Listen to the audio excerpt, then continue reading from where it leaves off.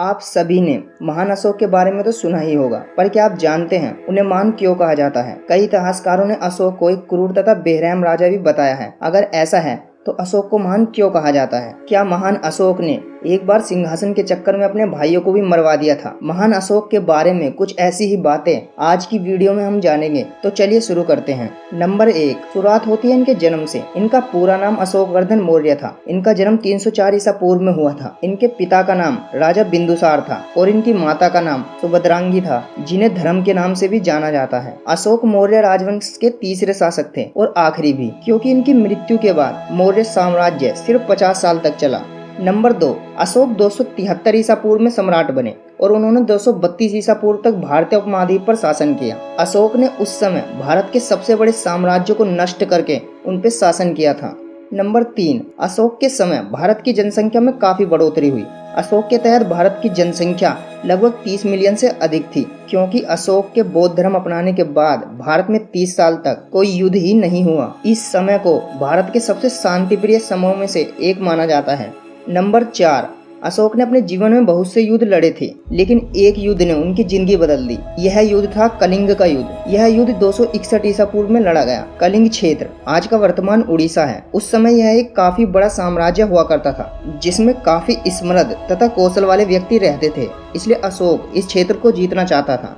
Number 5, Kalinga का युद्ध इतिहास के कुछ खतरनाक युद्धों में गिना जाता है। इस युद्ध में दोनों सेनाओं को मिलाकर लगभग 3 लाख से अधिक सैनिक मारे गए थे और इतना ही नहीं, मौर्य की विजय के बाद पूरे कलिंग क्षेत्र को तबाह कर दिया गया था। युद्ध के बाद जब राजा अशोक निरीक्षण के लिए निकले तो चारों तरफ तबाही तथा लाशों को देखकर परेशान हो गए। तभी से उन्होंने कसम खाई कि वे शांति के मार्ग पर चलेंगे।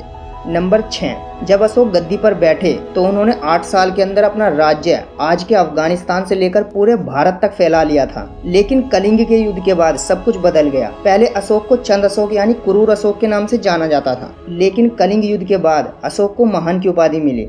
नंबर 7, मौर्य सेना को अशोक बहुत पसंद थे, क्योंकि वे युद्ध रणनीति में काफी तेज थे तथा सेना को भी उनकी कमान में सेवा करना पसंद था। लेकिन अशोक के भाइयों को इस बात से खुशी नहीं थी और वे यह मानने लगे थे कि उनके पिता बिंदुसार अशोक को मौर्य साम्राज्य के अगले सम्राट के रूप में पसंद करने लगे हैं। नंबर 8, अशोक का सिंहासन पर बैठना आसान नहीं था। अशोक बचपन से ही एक तेजस्वी बच्चा था। उन्होंने हथियारों और अध्ययनों में बड़ी तेजी से वृद्धि की और जल्द ही एक योद्धा के रूप में विकसित हो गए। एक बार अशोक के बड़े भाइयों ने अशोक के खिलाफ साजिश रची। उनमें से सबसे बड़े राजकुमार सुसीमा ने सम्राट बिंदुसार से बात की और सम्राट अशोक को तक्षशिला भेजने के लिए राजी कर लिया। उस समय तक्षशिला में एक मलेशिया विद्रोह चल रहा था। अशोक के भाइयों ने सोचा कि अशोक के जाने से वह विद्रोह और भी भड़क जाएगा, लेकिन जब अशोक पहुंचे तो विद्रोह आपसी बातचीत से सुलझ गया, जिससे अशोक अपने पिता की नजरों में और भी ऊपर हो गए। नंबर 9, राजकुमार सुसीमा ने एक बार फिर अशोक को निर्वासित करने के लिए बिंदुसार को मना लिया। इस बार बिंदुसार ने अशोक को कलिंग भेज दिया।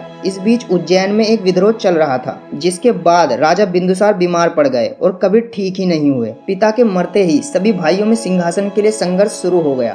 राजकुमार अशोक को भी सिंहासन पर कब्जा करने के लिए राधागुप्त के नेतृत्व में एक मंत्रियों के समूह द्वारा उज्जैन बुला लिया गया। नंबर 10, अशोक के सभी भाई उसके खिलाफ थे और फिर एक भयानक लड़ाई शुरू हुई। अशोक ने पाटलिपुत्र, जिसे अब पटना नाम दिया गया है, उस पर हमला कर दिया और उस हमले में अशोक ने अपने सभी भाइयों को मार डाला।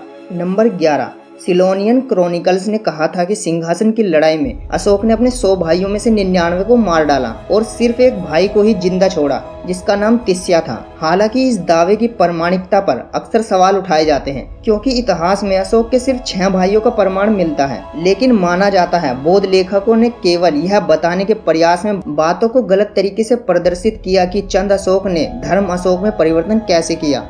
नंबर 12, कलिंग युद्ध के बाद अशोक ने बौद्ध धर्म को अपना लिया। उसने बौद्ध धर्म को राजकीय धर्म भी घोषित कर दिया था और अशोक ने अपने पहले बेटे और बेटी महिंद्रा और सहमित्रा को बौद्ध धर्म का प्रचार और प्रसार करने के लिए सिलोन भेज दिया, जो आज का श्रीलंका देश है।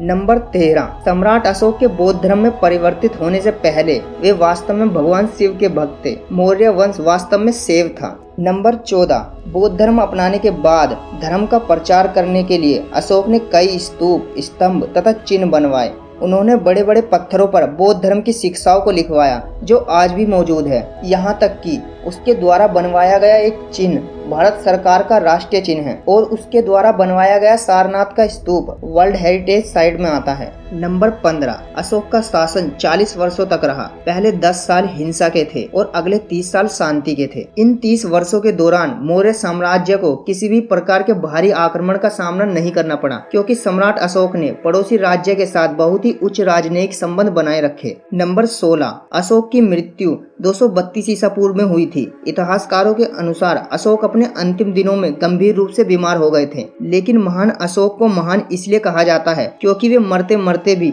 राजकोष से अपनी संपत्ति को गरीबों में दान कर रहे थे। उनके राज्यों के मंत्रियों ने उन्हें ऐसा करने से बहुत रोका, लेकिन वे नहीं माने और उन्होंने अपनी सारी निजी संपत्ति भी गरीब भिक्षुओं में दान कर दी। तो ये थे महान अशोक के बारे में कुछ इंटरेस्टिंग फैक्ट्स। हालांकि महान अशोक शुरुआत में जीवन के महत्व को नहीं समझ सके, लेकिन वे जाते जाते कुछ ऐसे कार्य कर गए जो उन्हें इतिहास के पन्नों में महान बना गए। अगर वीडियो अच्छी लगी हो तो वीडियो को लाइक शेयर जरूर करें तथा चैनल को सब्सक्राइब जरूर कर ले, ताकि हम आपके लिए ऐसी इंटरेस्टिंग वीडियो बनाते रहें। Thank you and good bye.